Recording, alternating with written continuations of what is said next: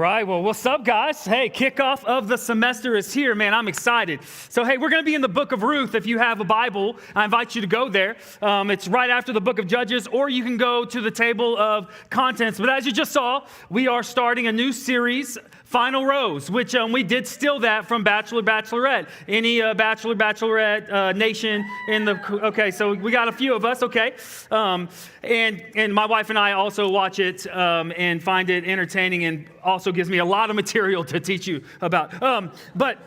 But in The Bachelor, what happens is, if you haven't seen it, where the rose thing comes in is you have these people, these contestants that are trying to win the Bachelor or the Bachelorette's heart. And when the Bachelor or Bachelorette is interested in somebody, they will hand them a rose and say, "Will you accept this rose?" And they say, "Of course." And they give a hug or whatever. And then this happens on and on as people are eliminated as they're trying to find love. Well, at the end, the last episode is the final rose, and that's where you get on one knee and the man asks the woman, "Will you marry me?" And then it's, "Yes, here is the final rose." And so that's kind of what we're thinking for you guys, that we want you guys to know how to navigate well, going from the first impression, if you will, to the final rose. And then how do you have a successful marriage in your life is where we're going in this series as we follow Ruth and Boaz and see a lot of practical teaching from them. But to kind of set us up, who here remembers, I know most of us probably do, but who here remembers getting your permit and going on your first drive, like on the busy street? Okay, so probably all of us, but or most of us. But I definitely remember the moment.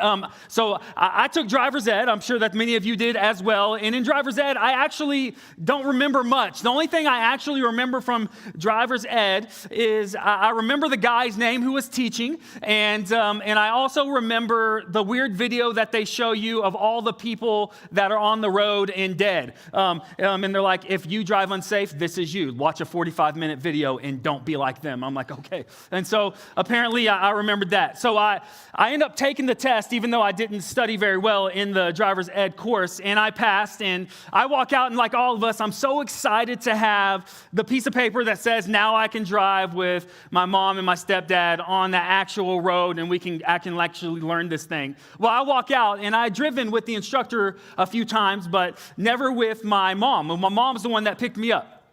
And so she gets out. I wasn't expecting this. Like, I'm just excited. Then she gets out of the driver's seat, and she walks in, gets in the passenger seat, and she goes, "Let's go drive." And like, I'm excited, but I'm super nervous. So my mom has the mom stare. You know, the mom stare where they examine all things about your past, present, and future at once. You're like, somehow you're examining my soul right now as I'm driving. So I was a little bit nervous about that, but we went on a drive, and I did okay. Definitely had some bumpy moments, if you will, literally, because like I was swerving whenever it would, the road would kind of curve quickly. I would like go to the left, pop, pop, pop, pop, pop, right, pop, pop, pop, pop, pop. But I never like actually crossed in and like, you know, kind of side slapped anybody or anything like that. So I pull up and I'm getting to our neighborhood, and I'm just like, sigh of relief. Because again, like, I'm pumped and I'm excited to finally be able to drive, but I'm also just kind of really nervous and at the same time. And felt like, oh, maybe I'm not that prepared. And so I pull into my neighborhood, and I'm pulling into the driveway. And apparently I was going a little fast whenever I did that. So my mom, she yells, "Stop!" And so I press down to stop on the gas pedal. And we have a massive front window that goes directly into our living room. I went through it. And so my stepdad, I'm literally in the middle of my living room. My stepdad was watching the TV, now he's watching Car. I'm like, "Glenn, this is Cars 4, I hope you love it." And so in that moment, I realized maybe I should have been a little more prepared. And what do you say at that moment? "I'm sorry." Now, why do I share that? Because unfortunately, I think that it's actually a pretty decent metaphor for dating in our culture, is it not? So like we're excited, we're nervous, we get behind the wheel of our dating lives, with very little good teaching, at least that we didn't pay attention to very much of it. And then we find ourselves having dating lives that are a wreck. And this is why, like, to prove the point, this is why in any young adult ministry, typically the dating and relationship series is one of the most attended series, right? Because people are like, yes, you don't have to convince me that I need help. Please help me, okay? And so we need to learn in places like The Bachelor, Bachelorette, while very entertaining, not a very good map for you to go, oh, this is how you do it. There's going to be like 30 and like 10% of them are going to be successful across like 20 years. It's going to be great. Let's do that. No, it doesn't. The way we go about it, it's simply not working. And we find ourselves, we date, love, heartbreak, date, love, heartbreak. Or if you're like me, there's a season of my life where it was more lust, date, maybe some love that I thought in there, and then heartbreak, lust, date, heartbreak over and over again. And I just want to say there is a better way to navigate according to what God would show us in his word. And so we're going to see this, and we're going to see this in Ruth and Boaz. And the title of tonight is Finding My Person, which is a phrase that is used on repeat in Bachelor and Bachelorette as well. But people are always talking about wanting to find their person. And so to know how to find your person, you have to know what you are looking for. It's kind of what we're talking about tonight. So we're going to go over several questions to consider. Very simple questions to consider and several truths to hold on to as we consider if this person can be our person.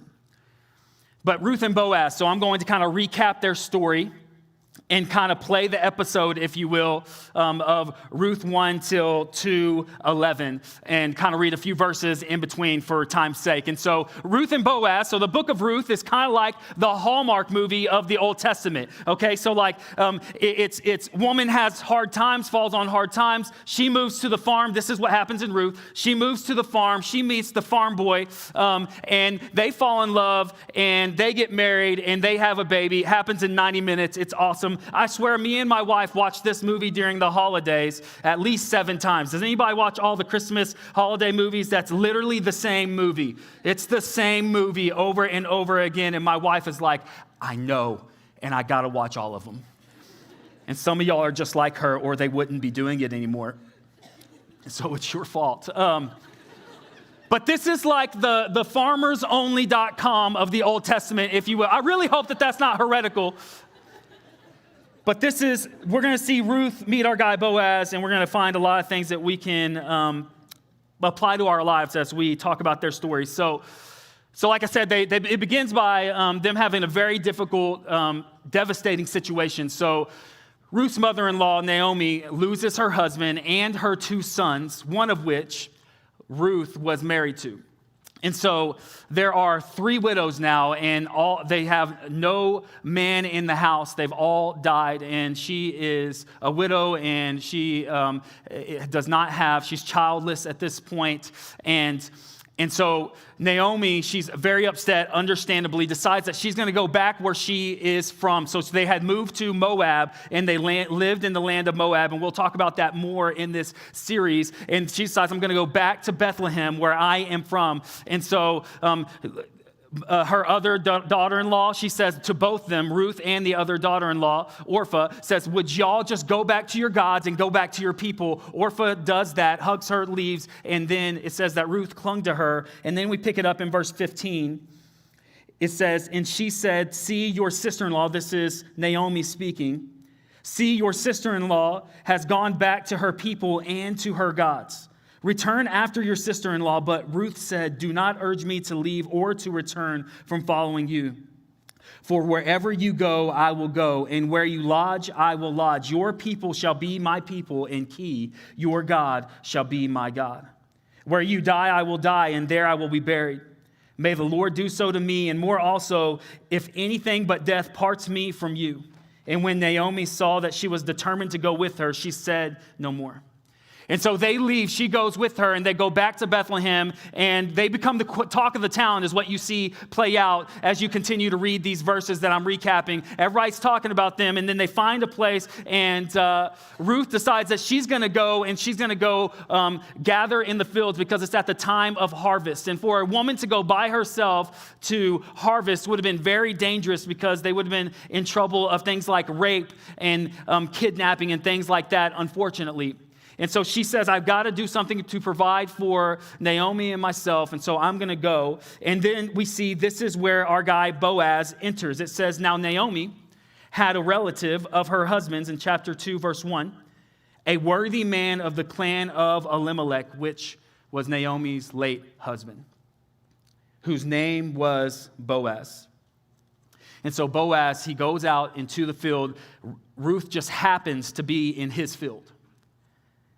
And it says in verse 4, and behold, Boaz came from Bethlehem, and he said to the reapers, the people that are his employees of the day, the Lord be with you. And they answered, the Lord bless you. And we're going to come back to the significance of that. And then so he sees his people, and then he notices Ruth and apparently calls someone over and is like, who is she? And finds out about who Ruth is and asks around about her, and then they have their first interaction. And I don't know how, it actually went down, but something along the lines of, I think, before he actually dives into what we're about to read, maybe he went to her and was like, man, what's my best pickup line? And he walks up and says, hey, I'm Boaz. And she goes, well, and he goes, actually, I know who you are. And I want you to know that before you, I was truly ruthless.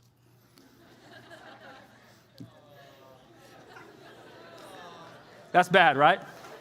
But kind of good at the same time. Okay, so we see their actual interaction starting in verse 8. It says, that's written down, I planned that. That was good. Then Boaz said to Ruth, now listen, my daughter, which might sound weird to us, but it's actually a term of endearment in this time. Do not go to glean in another field or leave this one, but keep close to my young women. Let your eyes be on the field that they are reaping and go after them. Have I not charged the young men not to touch you? He said, I'm going to protect you. You're going to be safe here. And when you are thirsty, go to the vessels and drink what the young men have drawn. Then she fell on her face, bowing down to the ground, and said to him, why have I found favor in your eyes, that you should take notice of me, since I am a foreigner? But Boaz answered her, all that you have done for your mother-in-law since the death of your husband has been fully told to me, and how you left your father and mother and your native land and came to a people who you did not know. And so we're going to end the episode there, and we'll pick up episode 2 next week. But there's going to be several things for us to glean as we talk about and consider this big question, can this person be my person? Which is a question that we all ask in a lot of different ways. And right here out the gate, what we're going to see is just a very, very dating 101 thing that we've got to cover, and it's this. The first question that you've got to ask, and the first question that we see here, is the person's God my God? Is this person's God my God? We see in 1:16, this is before they ever know of each other, by the way. This is before they meet.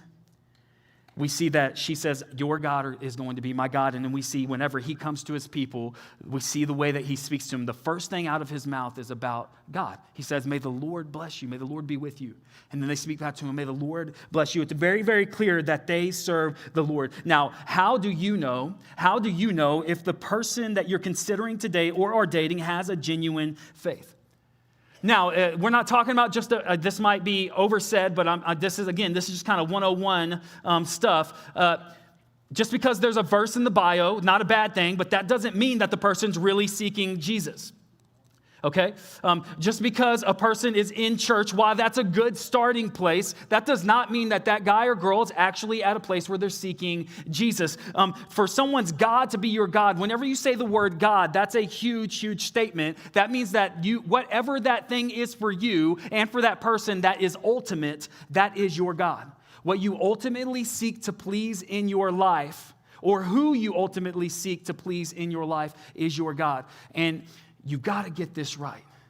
as you think about who should I date? Who can this person be my person? And if this is you, if as you look at yourself, you've got to ask yourself, is God what's ultimate for me? And man, if that's not right, you want to fix that before you step into anything else. And you're going to be thankful that you did. And we're going to go back to that more later. But is this person's faith really genuine, so crucial and so passionate for me? And the reason why I share about it every single time I talk about dating and relationships is because I truly believe that one of the main ways, if not the main way, that a person who is seeking God gets pulled away from Jesus and starts to go off the path of God is the wrong relationship. I know this because that's what happened with me. That's my story. Me running from God, it kind of the focal point of what started that was a relationship that I knew I should not have been in. I quickly found out that she was not really pursuing the Lord and decided I was going to date her anyway. And it was within a month and a half that we started to have sex and started to dive into all kinds of things. And from there, quit going to church for years of my life, dove and ran about as hard as I possibly could from God in my life. And here's the deal, man. I met her at church. Like, hey, just because a person is seeking after you in the church, just because a person at church is chasing you, does not mean that person is chasing Jesus. Now, it could be. Y'all are like, well, dang. You just limited my pool like to 0, bro. I'm not saying it's a bad starting place. I'm saying that can't just be the only thing that you ask. Oh, I saw him once and he lifted his hand up. He's like, I put my faith in Jesus. I was like, that man follows Jesus. I'm dating him. That's not how it works. Is this person genuinely following the Lord in their life? And a question to ask, is this more than just a Sunday thing for this person? Is the person's godliness the most attractive thing about him or her? For you, as you think about it, can this person be my person? Is this person's godliness actually the most attractive thing about him or her? Like if you feel like you need to convince yourself, like right now, if you're like, I feel like I need to convince myself that he or she actually does love Jesus, you might want to pump the brakes and just think longer. Because that's what we do. Like, we want things, truly. We're going to talk more about this, but whenever you start first dating, the way that our minds work, we want to make things right. We want this to work out. Like, we want it to be good. And so sometimes we start to make excuses for somebody when they're not really seeking God, whenever that's just what it boils down to. And if there's one thing that you want to get right, it is this. If there's one thing that you hear from me tonight and nothing else, because everything else flows from this, is this person's God, my God. Again, so basic, but so crucial. And I'm so thankful that we read that she says this to her mother-in-law before she ever met Boaz. She was seeking God. Is the person you're considering dating doing the same? Now, next question that we're going to see as we consider if this person can be my person is this. We're going to see in chapter 2 that it says that now Naomi had a relative of her husband's, a worthy man. So this man was a worthy man, and as it talks about Boaz, some translations say that it was a man of noble character or a man of standing. And so this is talking about this guy's character, and it has to do with his wealth as well. He was a very rich man, but that's another sermon for another time. It's much more than that. If you're like, yes, millions of dollars is what I'm looking at for, there's a lot of very rich people that are very broke emotionally and spiritually. So don't think that that's the only thing that matters. But is this person worthy? You got to ask that question. You got to ask, is this person worthy? Again, these are very basic questions, but they're so crucial. And we're going to press into that more here in just a second. But before we look at that person, we've got to look at ourselves and say, man, do I know my own worth? And you can write this down. You can only know if the person is worthy if you know your own worth. Like that's just a true statement.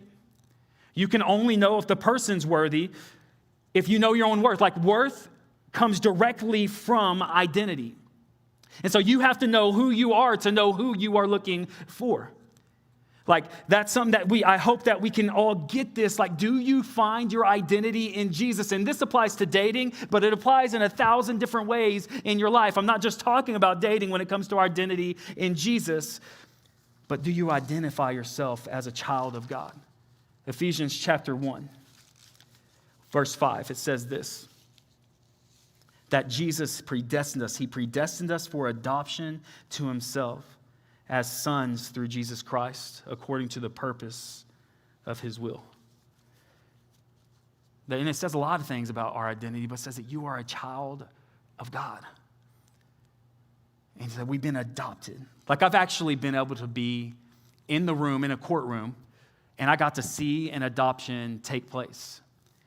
And it's actually the adoption that I was able to see take place as they finalized and that he became their son officially that day, and his last name was changed that day, was Mason Brown. And actually, a picture of the family, that's Danielle. She's our college women's director. And that cute little Q-tip over there on the right, that's Mason Brown. And it was such a cool moment to see the judge, and they were up there, and they had some people like us that were watching this moment take place, just celebrating with them, this huge moment.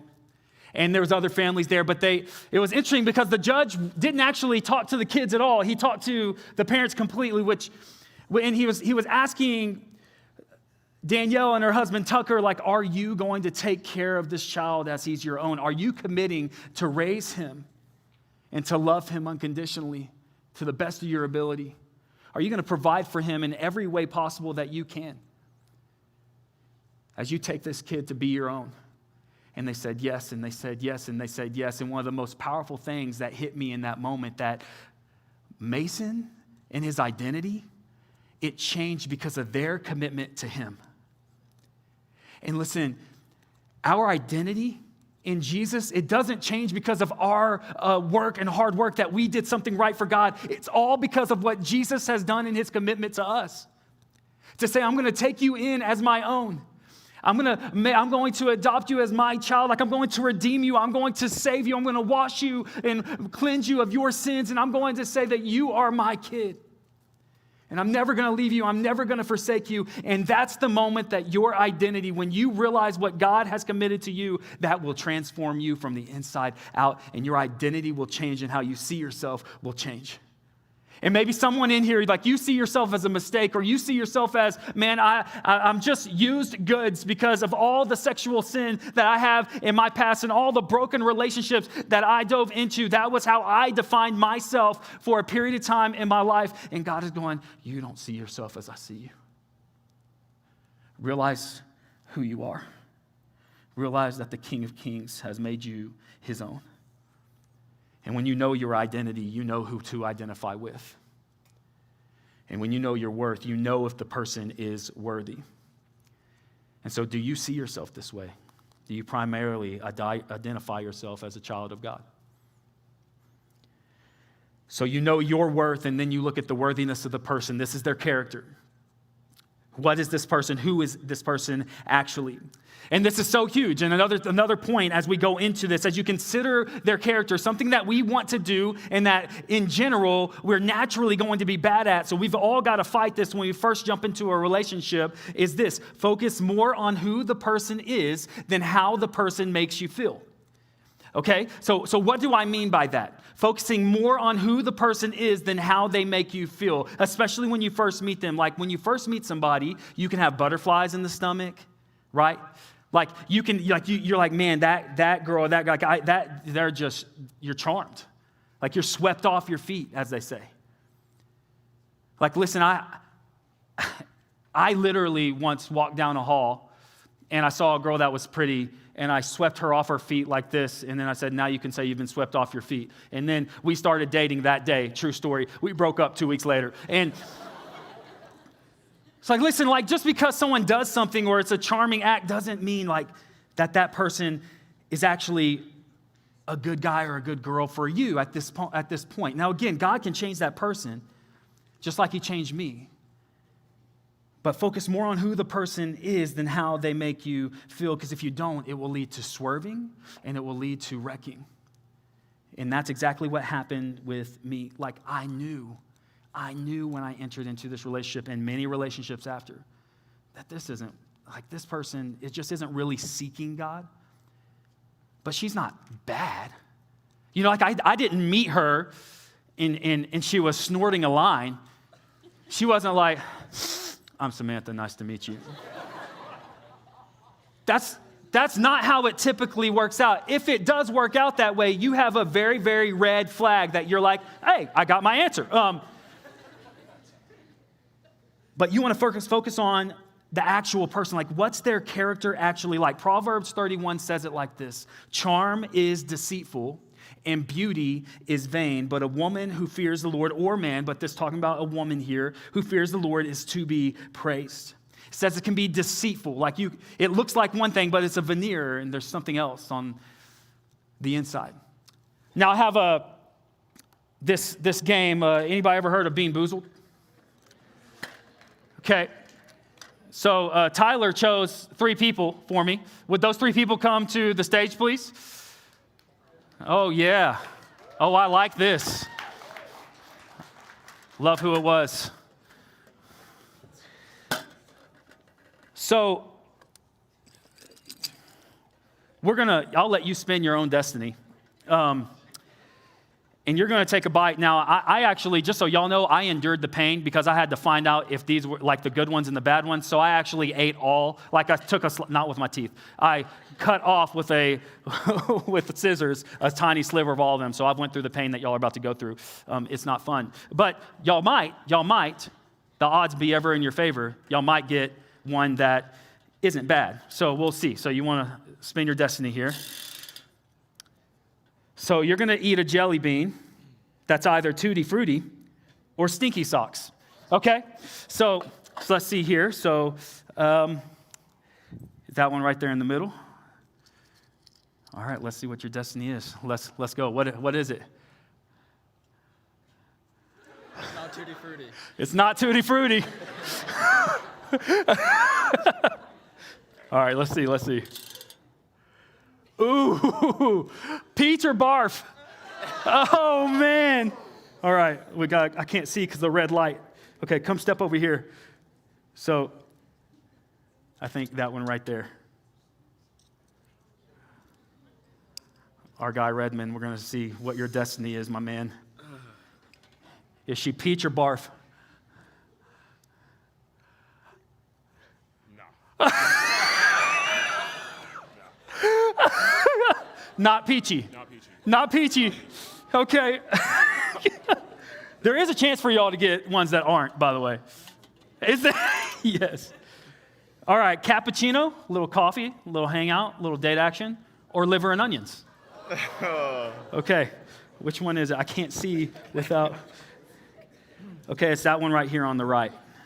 You see it? The brown one right there? Yeah. This one? Yep.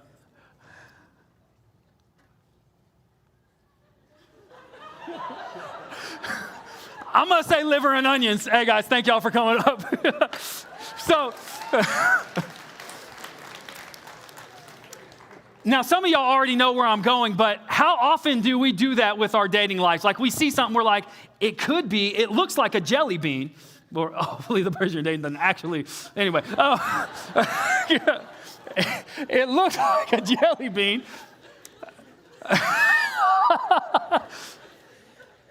And I like jelly beans. And then you're like, all right, birthday cake or dirty dishwasher. Let's see, girl. And what happens is you step into a relationship, and this is what we do in our culture. We step into the relationship to find out their character instead of finding out their character before we step into the relationship. And that's a problem. And it's going to save you from a lot of pain and a lot of miserable experience, because I promise you what they want to do is go brush their teeth right now because they did not have awesome experiences, but you didn't know until you actually were in the experience. And you don't have to do dating that way. Charm, if you just look at the charm, it can deceive you. The veneer can deceive you. It's on the inside that matters. It's what's on the inside that counts the most, which we've heard many times. And then it says beauty is vain. Like, listen, you're as pretty or as beautiful or as handsome as you're going to be ever right now. I hate to tell, like in 20 years. In 20 years, you are not going to look better than you are right now. Like, that is a fact. Like, we are in Lubbock, Texas. It's dry, and everybody gets, and we all struggle with Leatherface up in this place, okay? And so in 20 years, you're not going to be better looking. You're like, bro, Jennifer Aniston, though. Listen, you're not Jennifer. Y'all like Brad Pitt, bro. He did it. George Clooney. I'm like, you're neither of those guys. Like, I just need everyone in here to know that. If you're like, no, I'm going to be different. I'm going to be the sexy grandpa. I'm like, no, you're not. You're not. And if you are, those are probably just big muscular arms that don't hug his grandkids because you're always in the gym. Anyway, so the reality is, like, all the beauty is a depreciating asset, pun intended, right? And so like, we know that beauty, it's fading, but character, it's an appreciating asset for us. And so what is the person's character? And I was asked this question because you might be thinking, okay, but obviously physical attraction matters. Like, we want to be attracted to the person. Like, that does matter to an extent. But so how do you balance wanting physical attraction and character? And I was actually asked, and I'll answer that by a question I was asked over the break by a friend of Tyler, a friend of mine that he was in our fraternity, and he was hanging out with us, and he was about to get married New Year's Eve. And as we're talking, he goes, man, like, let me ask you a question. He said, so, like, does it get boring? Like, does romance fade, and does, like, sex get boring because you have sex with the same person like the rest of your life? And he was being honest. And I was like, well, that's really two questions, the romance in our life and then the sexual intimacy. And I would say no to both your questions. Like, not trying to be weird, but sexual intimacy has gotten greater and it gotten better over time. And I talked about how the connection that we have and the attraction that we have has grown over time, actually, in my own marriage. I'm so thankful that I can actually say that. And you go, well, but how? Because, like, Carrie, she looks the same to me as whenever we were first dating. Like, she hasn't really changed too much, and she looks very similar. So how can you be more attracted? Man, because as you grow to know somebody and their character starts to shine, you find that is very, very attractive. Here's how you can say it, and here's something that maybe can be a takeaway for us. Like, listen, chemistry can light the spark, but character is what's going to stoke the fire in your relationships and in your marriage one day.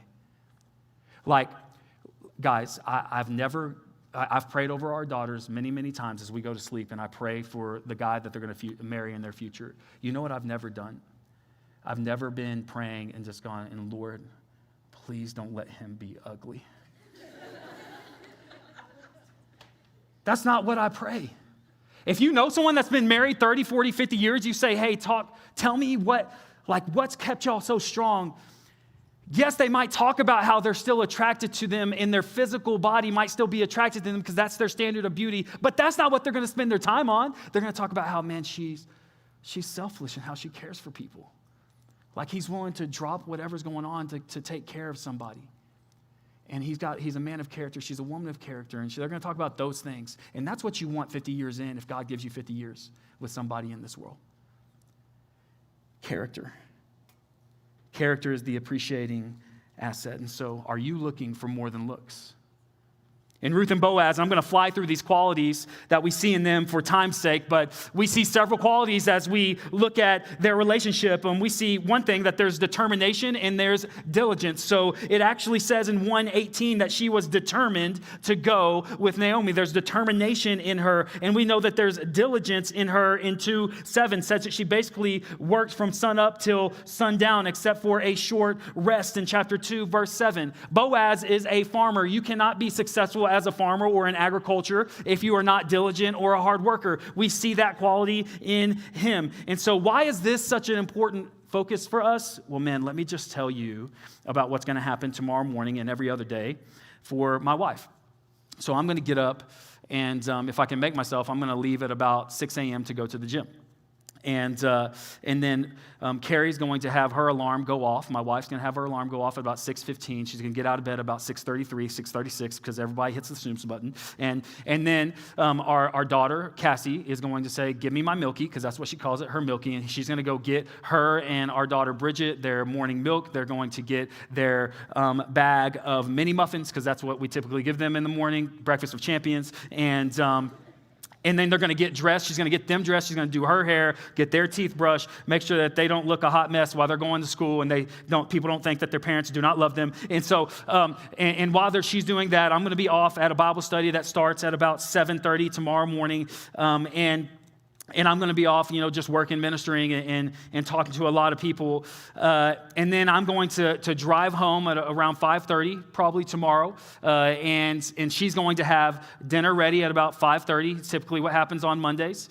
And that's what we do every single day. And as I'm driving home, that's not the end of my day as I'm tired. That is halftime, because I'm about to invest into the 3 people that matter most in my life. And so I'm going to invest, and we're going to hang out with them together, eat dinner together. We're going to give them a bath, bathe them, and I'm going to be the one that brushes their teeth. That's typically my job. And then I'm going to read a devotional for our girls. We're going to sing the same 3 songs that we sing every single night, and we're going to pray together. And then we're going to have about 45 minutes to an hour just to hang out together alone. And we're going to do that every day. That's work. Man, it's a good work. Like, being a parent is awesome. I love it. Having a family is great. But it's work. You want somebody that's going to be diligent and determined in their life. Listen, you might be able to date lazy for a while. Like, that might work a while in dating, but it's not going to work in the future in your marriages very well. So you want that quality, diligent and determined. The most important things in your life are going to require these things. And next, what we're going to see in both of them is that they are selfless. They're selfless. Like Ruth, she's selfless. She looks to the good of those that she loves, even to her own detriment, even whenever it cost her. Boaz, he follows God's mandates over his momentary wants. And this is something that you have to know the background to know this, but he serves God instead of serving himself. And Leviticus chapter 23, verse 22 is where we get this point. And so he actually leaves whenever it's his field. They don't glean, they don't harvest to the very edge of the field. So there's some left over for Ruth and other people in need to come and to glean and to gather. And this comes from Leviticus 23, verse 22, whenever God says, when you reap the harvest of your land, you shall not reap your field right up to its edge, nor shall you gather the gleanings after your harvest. You shall leave them for the poor and for the sojourner. I am the Lord your God. And so he follows God's mandates over his momentary wants. He listens to God instead of his own greed. And so if it's someone that's greedy, not generous, is just going to say, no, it's all mine. I'm going to take every bit of it. But he listens to God. He says, I'm not going to take what God says isn't mine. Now, how does this apply in dating? Does that guy or girl follow God's mandates? Or does that person follow his momentary wants, her momentary wants? Is that person pressuring you to cross lines that God says do not cross? Go further than God says to go. And this is a place where I think a lot of us struggle. But you want to follow God's desire and his design for you. It's better. And we see this with them. And we see that Boaz is this place of safety. He takes care of her, which we pointed out that I'm going to say the young men cannot. I'm going to make sure that you are taken care of and that you can go drink the water with them and be safe with me. And we see this over and over and over again, like that especially women, when they talk about someone that they really feel respected by and honored by, that they say, I just feel so safe. He makes me feel safe. What does it mean when my wife says, man, you make me feel safe? It means that she knows that she can be exactly who she is with me and trust that I love her fully. It means that she knows that I'm going to take care of her to the best of my ability and that I'm going to love her and she can trust me. And that's what you want. And then in 2:11, what do we see? We see Boaz, he begins to praise Ruth. So you want to do this. You want to pay attention to what the person praises about you. This is so crucial. Like, what does the person praise about you? In 2:11, he starts to praise her and he says this. He says, All that you've done for your mother-in-law since the death of your husband has been fully told to me, and how you left your father and mother and your native land and came to a people that you didn't know. And we see this commitment, like all that you did for your mother-in-law. Her word was kept to Naomi, even whenever it got difficult. Like, does this person's word, as you're considering, can this person be my person? Does this person's word actually mean something? Is it dependable? We see resilience. She's obviously been through some stuff. There's resilience in her. Losing a husband, man, hey, in your life together with whoever it is that you end up marrying, if God has that in the cards for you, like you're going to have some times in your life that you together are going to have to lean on God. Carrie had to be a rock for me just about a year ago to the day, really, was when I started getting better. Whenever I was having panic attacks and all that, I had to lean on her as we leaned on God together. We had to hold each other as we had a couple of miscarriages in 2021. Not easy. Holding her as she cried. Tough moments. But we held on to each other, and really we were held together by God. Resilience, how do you grow in that? You grow in that by realizing that you can trust God as you walk through hard days. That's how you grow in resilience, and all of us probably need to grow in that in some way. And so this is what you want. Someone that's loyal. Like, I never spend time. We see a loyalty in both of them. I never spend time thinking, man, is my wife going to cheat on me? That's not something that you should be thinking about. That's not something that you should be questioning. If you're questioning that in a dating relationship, is this person cheating on me? Then there's definitely some red flags there, which happens to be what we're talking about next week, red flags and right reasons. But what do you want? You want somebody that is diligent, they're determined. You want somebody that's selfless, that they serve God over serving themselves, that they keep their commitments. You want someone that shows resilience. You want somebody that is loyal. And above all things, you want somebody that seeks God. These are what you want, and these are what the things that you should be desiring in the person's character. Now, as we close, and the band comes up, there's a big mistake that I made for a long time, and I think a lot of people make the same mistake. I tried to fix myself with the next relationship. I tried to fill the void in my life by dating just the next person. And I was talking with a student recently in the last months, and as she was speaking with me, she was started to cry and said, okay, well, I'm getting on Tinder, and I'm swiping, and I'm going, and I'm meeting up with these guys, and I'm having sex with them, and then I'm struggling with shame because of that, because I know I probably shouldn't be doing that, and I just want to feel, I guess, connection through that. I don't know. And I said, does it work? And she said, well, and to quote her, it is a short-lived false sense of being desired and having connection. And then she said, it makes me feel worse when it's over, which was why she was speaking with me. And I want to say to all of us what I said to her, like some of us, maybe you are longing for something that only God can give you. You're longing for a satisfaction that only God can satisfy. Listen, like more sexual encounters is not going to satisfy and fulfill your soul. I tried it. I lived that life. There's only one who has a love that's never going to fail you, and that's Jesus, man. There's only one that can actually forgive the brokenness of my sexual past, and that was God.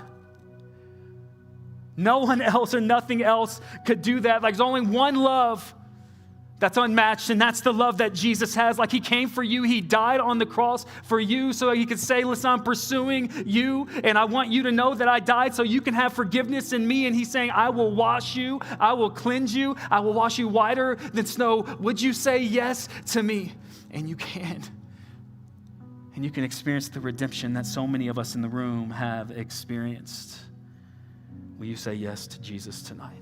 And all of us, will you say yes to his design for your romance and your dating life, which will one day lead to a marriage? Will you say yes? Let's pray. God, I pray that we'd say yes to you. If you're here And God is speaking to your heart, your soul right now. Let Jesus in. He's the only one that says you can trust me and I will never fail. It's true. Let's worship him together.